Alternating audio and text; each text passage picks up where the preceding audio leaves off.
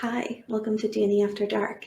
If you're new here, make sure to like and subscribe so you don't miss a notification or a new episode. Tonight will be part 2 on my case review of Ted Kaczynski, also known as the Unabomber. So if you missed part 1, go ahead and catch up so you know exactly where we left off. Now, Ted Kaczynski, part 2. Let's go ahead and dive on in. In 1995, Ted mailed several letters, including some to his former victims and others to major media outlets. These letters outlined his goals and demanded that his 50-plus page, 35,000-word essay called Industrial Society in Its Future be printed verbatim by a major newspaper or journal. This became known as the Unabomber's Manifesto. He stated that if this demand was met, he would end his bombing campaign. The document called for a worldwide revolution against the effects of modern society's, quote, industrial technological system, end quote. The manifesto was not initially published, so a second letter threatening to kill more people was sent. With that being done, the United States Department of Justice, the FBI, and the Attorney General recommended publication. This was done out of concern for public safety and more so in the hopes that a reader would identify the author. The manifesto was then published by the New York Times and the Washington Post on September 19, 1995. The manifesto was produced on a typewriter where Ted would capitalize entire words in order to show emphasis. And he always referred to himself as either we or FC, FC standing for Freedom Club. Industrial Society in Its Future began with Ted's assertion that the Industrial Revolution and its consequences had been a disaster for the human race. The first several sections of the manifesto explore the psychological analysis of various groups and of the psychological consequences for individual life within the industrial technological system. Specifically, that this has robbed contemporary humans of their autonomy, diminished their rapport with nature, and forced them to behave in ways that are increasingly remote from the natural pattern of human behavior. The later sections of the manifesto speculate about the future evolution of this system, and it argues that it will inevitably lead to the end of human freedom. It will also call for a revolution against technology and attempt to indicate how that might be accomplished. Furthermore, it goes to state, the moral code of our society is so demanding that no one can think, feel, and act in a completely moral way. Some people are so highly socialized that the attempt to think, feel, and act morally imposes a severe burden on them. In order to avoid feelings of guilt, they continually have to deceive themselves about their own motives and find moral explanations for feelings and actions that in reality have non-moral origin. We use the term over-socialized to describe such people. Ted attributes the social and psychological problems of modern society to the fact that society requires people to live under conditions radically different from those under which the human race evolved and behave in ways that conflict with the pattern of behavior that the human race developed while living under earlier conditions. Ted claims that scientific research is a surrogate activity for scientists, and for this reason, science marches on blindly without regard to the real welfare or the human race or any other standard, obedient only to the psychological needs of the scientists and of the government officials and corporation executives who provide the funds for this research. In the last sections of the manifesto, Ted defines what he means by freedom and provides an argument that it would, quote, be hopelessly difficult to reform the industrial system in such a way as to prevent it from progressively narrowing our sphere of freedom, end quote.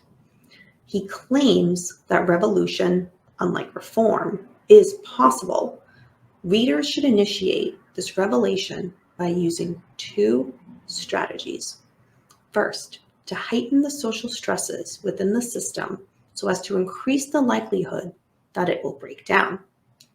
Second, to develop and propagate an ideology that opposes technology.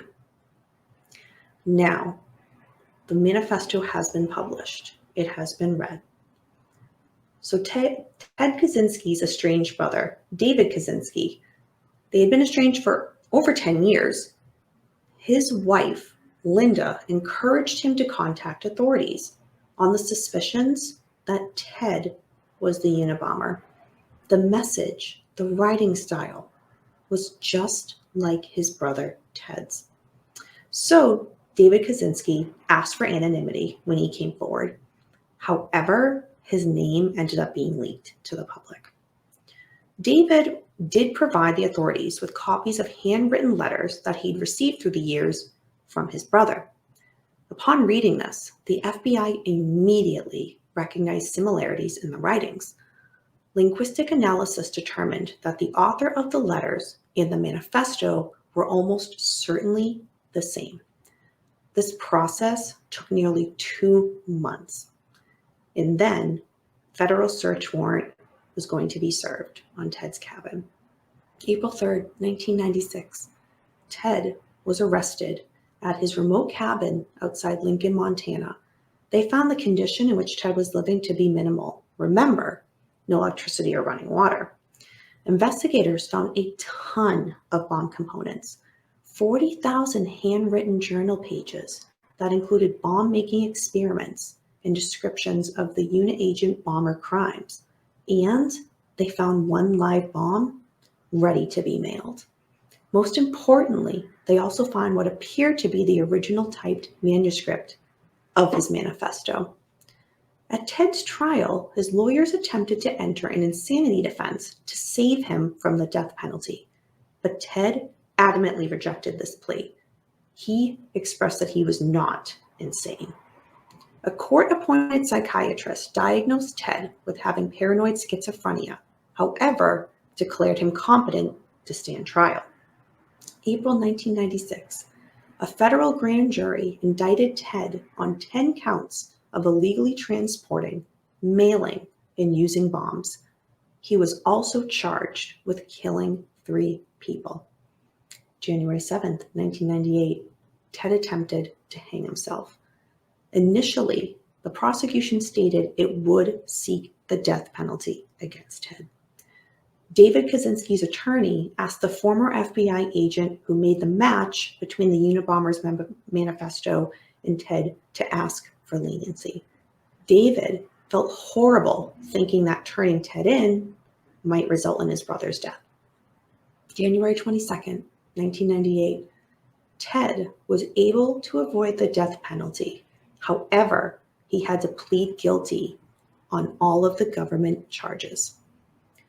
Later, Ted then attempted to withdraw his guilty plea. He argued it was involuntary. His request was denied. The United States Court of Appeals for the Ninth Circuit upheld that decision. May 5th, 1998, Ted was sentenced to 4 life sentences with no possibility of parole. Ted told the judge, quote, "I ask that people reserve their judgment about me," end quote. August 10th, 2006, Judge Garland Burrell Jr. ordered that personal items seized in 1996 from Ted's Montana cabin should be sold at reasonably advertised internet auction prices. There were several items that would be excluded from the auction, however. Anything that the government considers to be bomb-making materials, such as writings that contain diagrams or recipes for the bombs. Items that would be sold at the auction would be Ted's original writings, journals, correspondence, and other documents found in his cabin.